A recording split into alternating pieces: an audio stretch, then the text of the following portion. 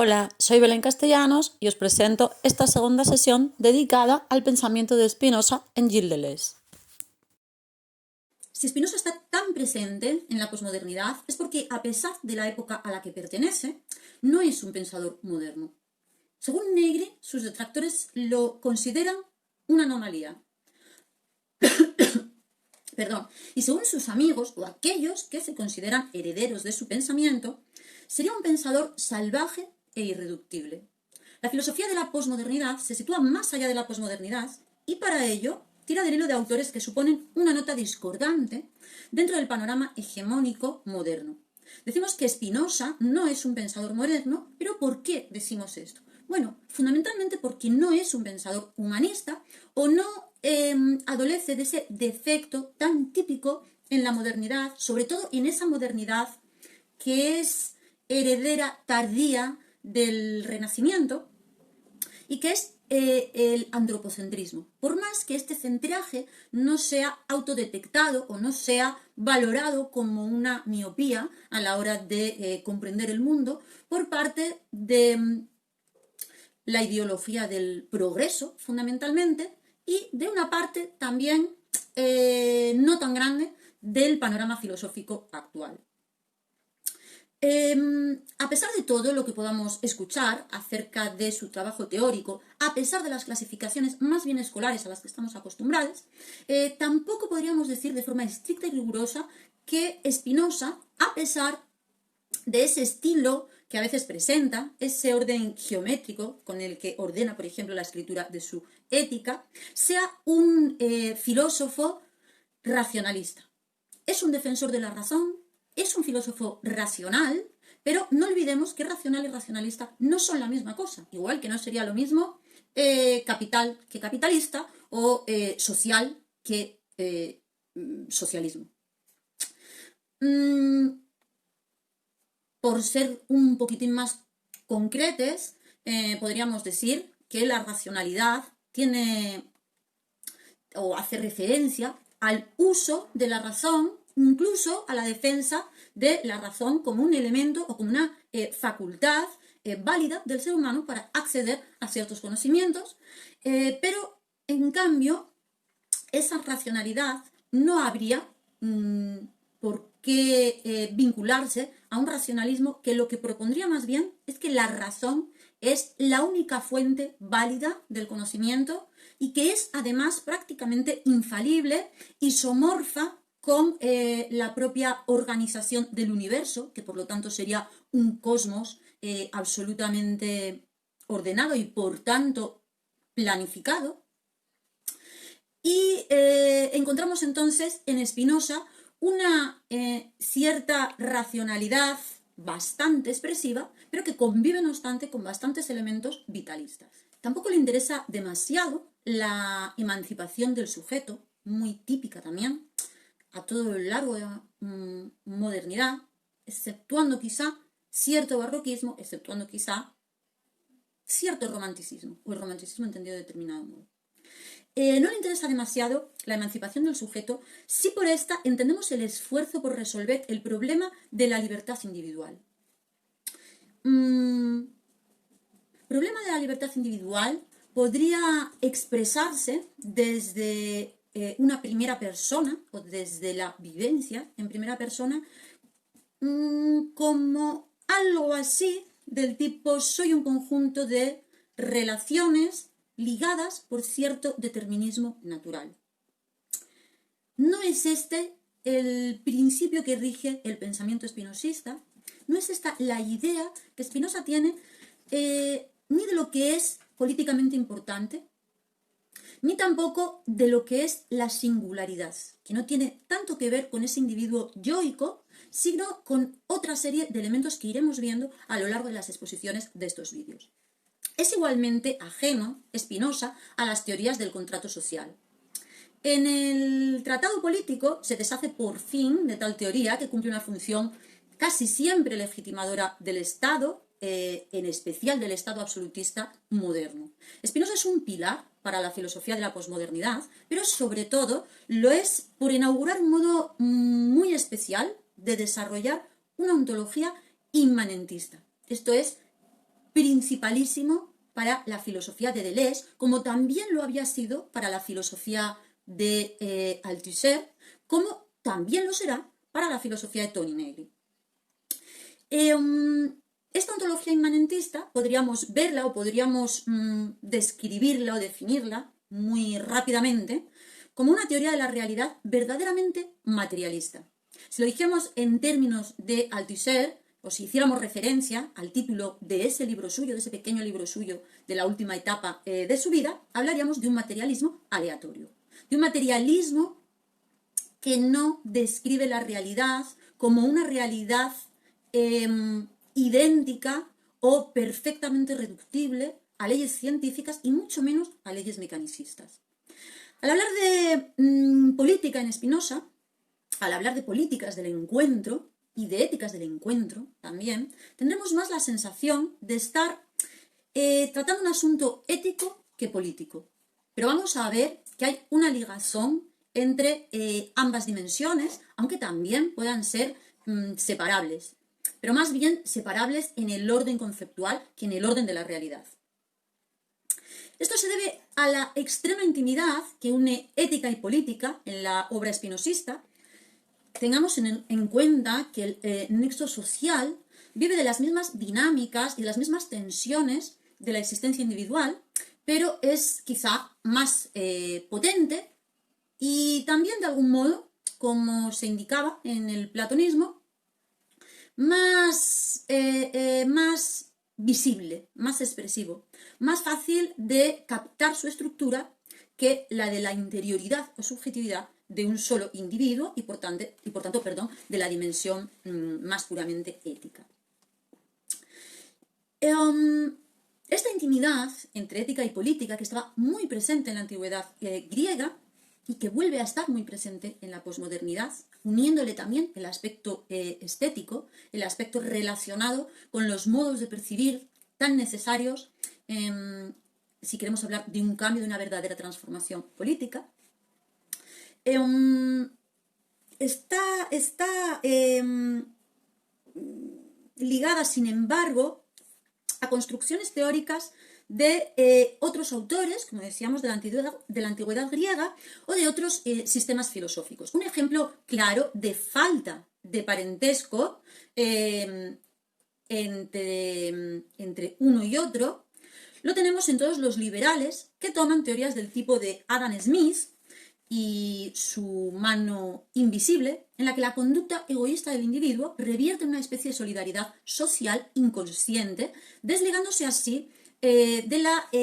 toma de conciencia de valores de la realidad efectiva. La propuesta de Spinoza es inversa a la de Adam Smith y en este sentido se aleja también y mucho de las propuestas de Hegel, aunque habitualmente se los haya emparentado, aunque habitualmente se considere que Hegel es un inspirado, brillantemente inspirado en Spinoza, porque sigue estando presente en Hegel algo así como aquella mano invisible de Adam Smith, que toma el nombre de astucia de la razón y que tiene una aparición importante dentro del segundo momento dentro del segundo capítulo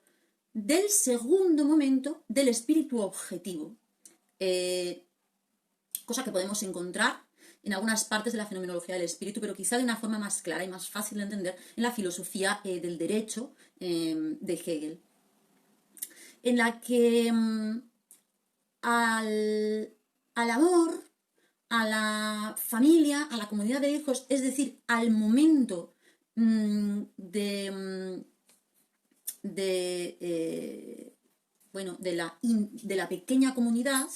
a ese momento, que sería el primero, empezando por la experiencia del amor, en la que el individuo se objetiva, es decir, pasa no solo a ser consciente, sino a estar interesado, a estar deseoso del deseo del otro. Esa sería la primera vivencia, dice Hegel, de la comunidad, a ese momento de la familia, del pequeño grupo que empieza en el sentimiento del amor, en el enamoramiento, y que terminaría, si fuera posible, en la comunidad de hijos. Le sigue otro momento que es el trabajo. Y es ese momento en el que el individuo sale del nido familiar, se independiza, busca su propia autonomía, y ahí es donde va a tomar conciencia del trabajo, en el sentido de que va a tomar conciencia de todo el proceso de producción que existe detrás de cada uno de los bienes, de cada una de las riquezas, de cada uno de los valores de los que se ha servido a través de la familia. Se va a hacer consciente, por tanto, de eso que Marx llamaba fetichismo de la mercancía, y era un vivir los bienes, los objetos, las mercancías, al margen o de espaldas a su proceso de producción, de espaldas al conocimiento del esfuerzo, de la dedicación y, en definitiva, de el tiempo del tiempo no dedicado a la propia vida, sino a la construcción de bienes, de objetos para la comunidad con un valor socialmente importante, ¿verdad? Cuando el joven sale del entorno familiar y busca su propia autonomía a través del trabajo y de una economía propia, entre comillas, dice Hegel que va a conocer, que se va a abrir al mundo del mercado laboral, y en ese momento cobra mucha importancia eso que Adam Smith llamaba mano invisible, y que en Hegel tomará la forma de astucia de la razón, que mueve al individuo hacia la comunidad buscando su propio interés, en este caso su propia independencia. La propuesta de Spinoza en este aspecto es inversa justamente a la propuesta de Adam Smith. En la Ética, en el capítulo 4, proposición 27, escolio 1, dice que el sujeto, persiguiendo su propia virtud y comprendiendo que deseándola para los demás, tanto más gozará de esta,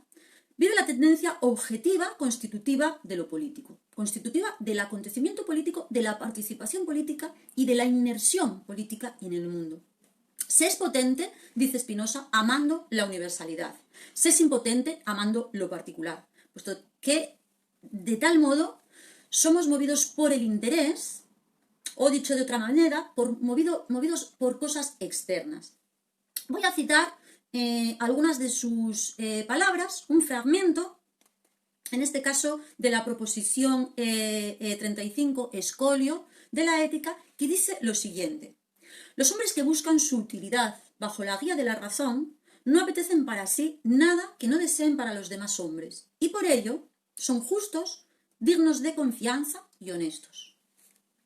La ética espinosista, entonces, como vemos, es una ética de la singularidad, radicalmente antiindividualista, no ya porque prima lo social, sino sobre todo porque dentro del propio sujeto, dentro del cuerpo que acostumbramos a llamar individual, hay otros cuerpos que lo componen, que son y que funcionan con senda singularidad, con su propia singularidad. Precisamente en el encuentro con otras cosas y con otros sujetos, configuramos cuerpos más grandes. Aunque no somos conscientes a menudo, sabemos que nuestro propio cuerpo, eso que estamos acostumbrados a llamar nuestro propio cuerpo, está configurado y transitado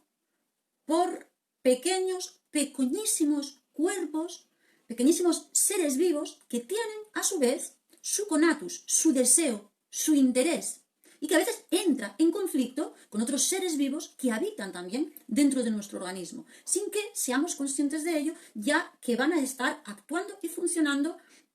al margen de nuestra voluntad, al margen de nuestra conciencia y sin nuestro beneplácito. Del mismo modo, también cuando nos encontramos con otros cuerpos, podemos componer cuerpos más grandes, como es el cuerpo social, pero también como es el cuerpo amistoso o como es cualquier sociedad, cualquier órgano que es multipersonal, ¿verdad? Aunque también, como sabemos, no solo cuerpos diminutos, seres vivos con su propio conatus, viven y transitan este que llamamos nuestro cuerpo y que más bien es el contorno o los contornos o las fronteras de nuestro cuerpo, o esa imagen proyectada en espejo con la que nos reconocemos, con la que reconocemos una especie de correlato para nuestro yo, sino que también, sin darnos cuenta, somos diminutos cuerpos que forman parte de organismos o de realidades o de cuerpos más grandes y más potentes que nosotros mismos. Todo esto por no decir y por no recordar también, como nos recuerda muy habitualmente Deleuze, pero también todos esos pensadores que él hereda del ámbito del psicoanálisis, empezando por Freud, siguiendo por Melanie Klein, por Lacan también en cierto sentido, y por Wilhelm Reich muy especialmente, por Marcuse en parte, etc. También, decíamos, nos recuerda que no solo tenemos esos cuerpos dentro de nuestro cuerpo, sino también muchas personas o una multiplicidad de voces en nuestra propia psique. Voces a las que a veces les damos paso y voces a las que muchas veces acallamos, reprimimos, incluso estamos conflictuados con ellas, ¿verdad? El individuo, o mejor, diríamos, tanto con Spinoza como con Deleuze, la singularidad tiene tres dimensiones. Es un plano de composición, un plano en el que se dan relaciones entre las partes o entre distintos ámbitos. Se puede decir que estas relaciones me pertenecen, por ejemplo, a mí, si me ponemos como ejemplo, bajo una relación determinada, pero esta relación puede romperse, puede destruirse en favor de otra distinta, si por ejemplo soy devorado por una fiera. Entonces es cuando acontece la muerte, cuando soy una persona descompuesta, pero no descompuesta y diluida en la nada,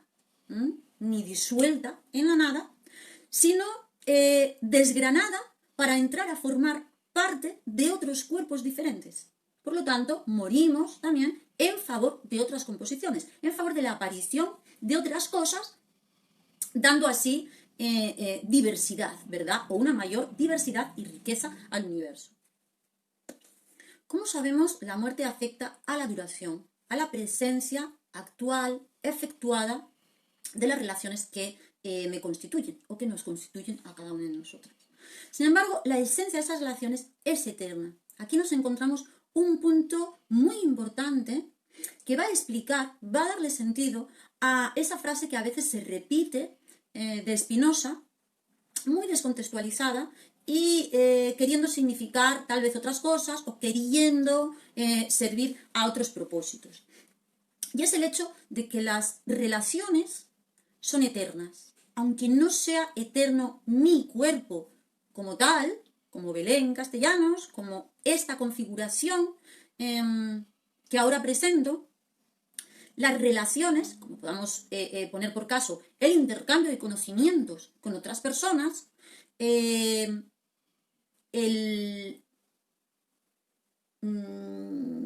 bailar con otras personas, el construir proyectos duraderos con otras personas. Proyectos duraderos quiero decir en el sentido de que me van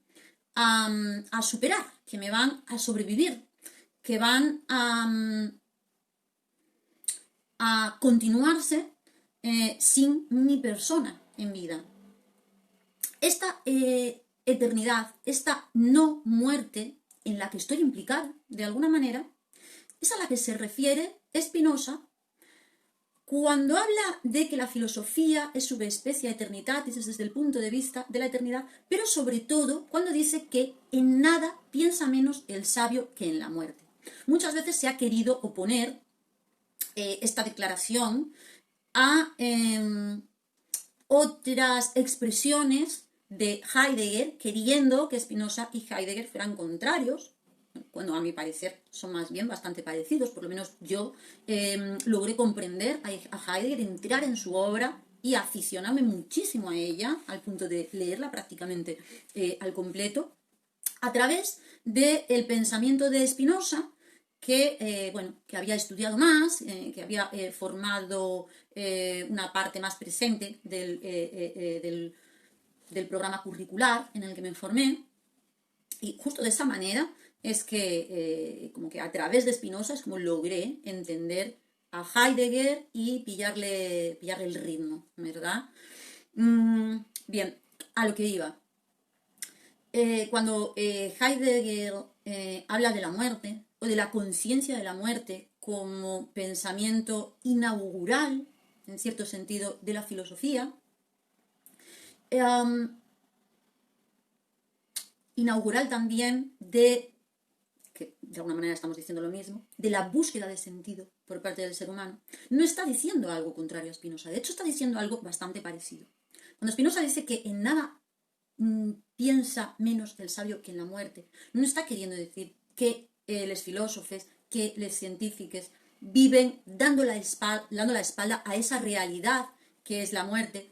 No quiere decir tampoco que desprecien de algún modo el fin de la vida individual. No está haciendo un juicio tampoco sobre diferentes formas culturales de entender o de apreciar de una manera más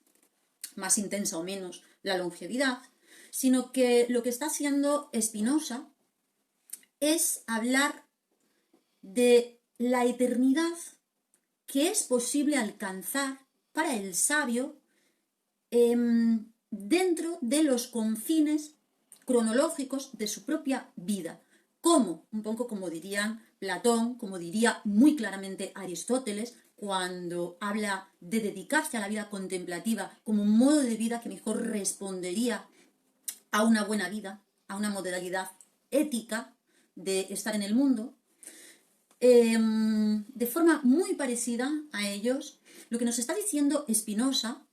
es que cuando nos dedicamos a la observación, al estudio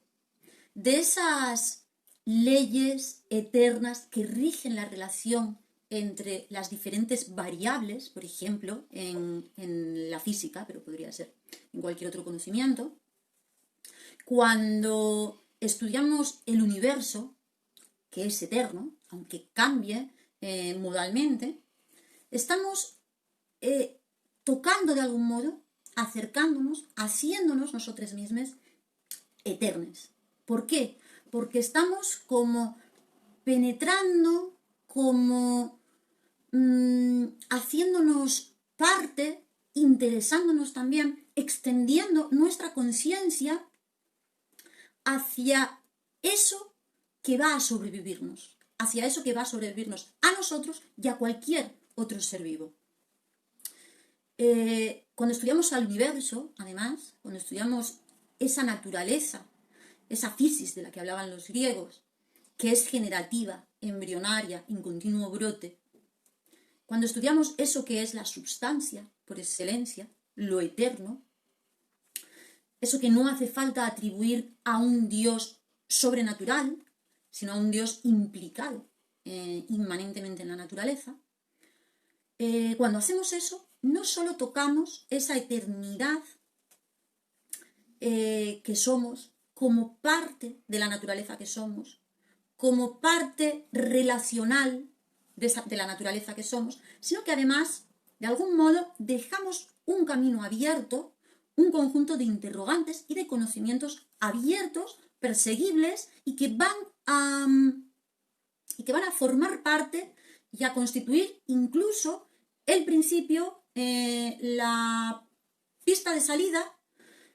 en la formación, en el conocimiento e incluso en los descubrimientos que otras personas van a hacer a partir de esos peldaños que hemos conseguido dejar instalados para beneficio de futuras generaciones, ¿verdad? En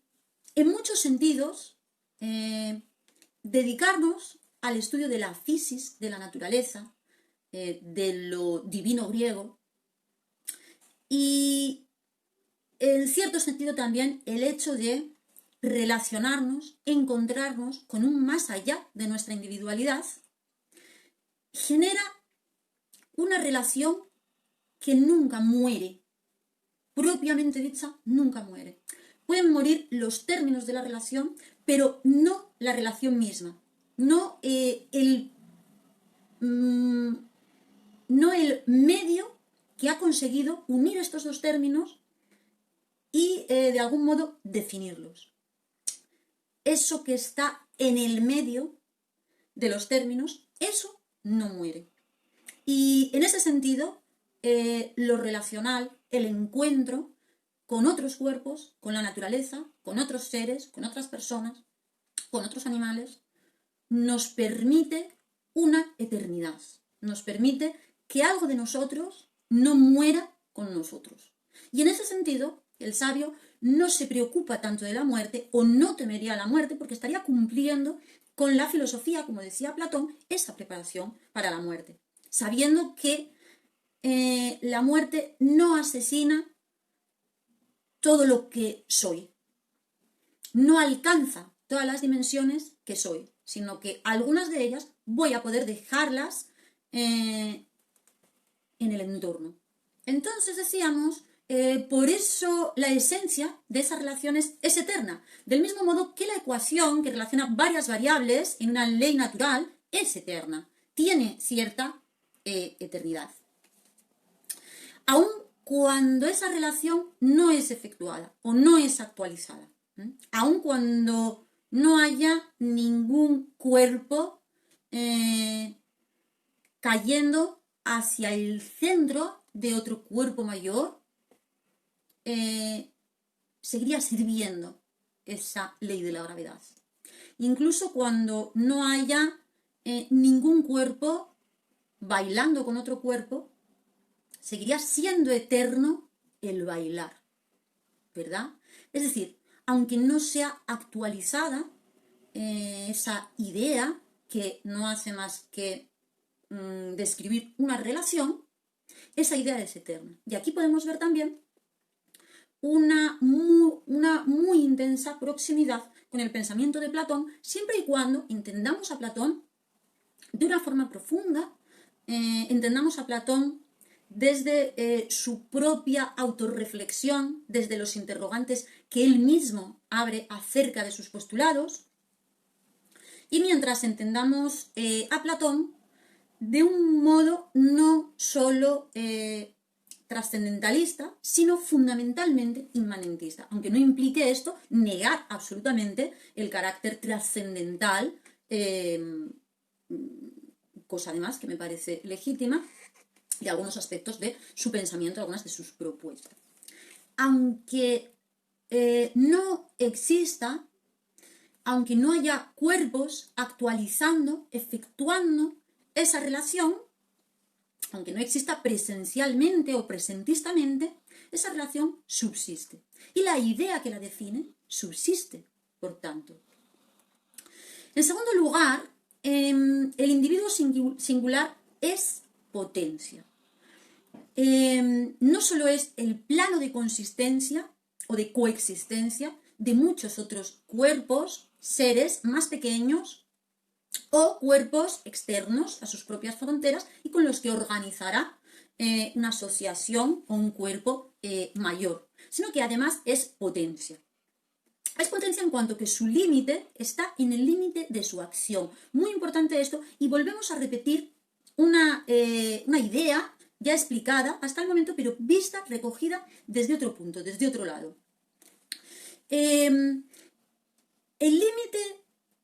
del individuo, de una singularidad, de un cuerpo determinado, está en el límite de su acción y no en su forma o figura, no en el perímetro que conforma nuestra frontera o nuestra consideración separada respecto de nuestro medio, de nuestro entorno o de lo que tenemos alrededor. En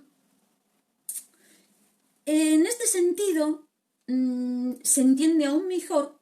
que puedo ser destruido por otro individuo que se exprese bajo una relación más fuerte, más potente, más activa, si queremos, más afectante, más grande, por lo tanto, que la mía propia. Ese individuo es el que es capaz de apoderarse de mis partes extensivas, de las partes extensivas de mi cuerpo, y ponerlas a funcionar bajo otra organicidad, bajo su organicidad. En tercer lugar, el individuo es también un modo a través del cual se expresa Dios, a través del cual se expresa eso divino griego, la naturaleza. Eso que Spinoza llama natura naturante y eso que llama también substancia, en este caso así, a la aristotélica, sustancia como algo distinto de los modos que puede presentar o que pueden expresar de diversas maneras esa sustancia. La eternidad, por tanto, se experimenta a partir de la intensidad, como una potencia que no se puede reducir a las partes extensas de mi cuerpo, porque es algo que se desarrolla, como decíamos antes, en el en el medio, es decir, en mis relaciones, en mis composiciones con otros cuerpos, con otras cosas, con otros seres, hecho por el cual la esencia eterna tiene como condición el haber pasado por la existencia sin morir prematuramente. Esto va a completar la información que estábamos dando antes acerca del estudio de la naturaleza, de la dedicación a la vida contemplativa y también al encuentro en diversos formatos con los demás, con lo otro, con los otros, perdón. Si alguien muere prematuramente, es cierto que puede no alcanzar la eternidad, porque no ha tenido tiempo de relacionarse, porque no ha tenido tiempo de relacionarse de suficientes modos de pensar, estudiar, acercarse a diferentes realidades que nos permiten contactar conscientemente con lo eterno, que nos permiten conocer, cogerle el ritmo a la naturaleza, fluir con ella. Si no tengo tiempo de actualizar esta potencia concreta que tiene que ver con el conocimiento, pero sobre todo, como veremos en otros episodios, con el conocimiento como ese, como decíamos, como ese tomarle el ritmo y la dinámica y la fluidez y mezclarnos de algún modo a través de esa habilidad que vamos tomando con esa naturaleza, de hacerla nuestra, de surfearla. Si muero prematuramente, si muero en una niñez muy temprana, no me ha dado tiempo de expresarme, no me he compuesto suficientemente con los demás, no he hecho lo que podía. Mi esencia no se ha llegado a dar. Vamos a dejar aquí este segundo vídeo sobre Spinoza en Deleuze y en general en la posmodernidad, y continuaremos en el siguiente hablando de la singularidad tal y como la entiende Deleuze a través de Spinoza. Hasta luego.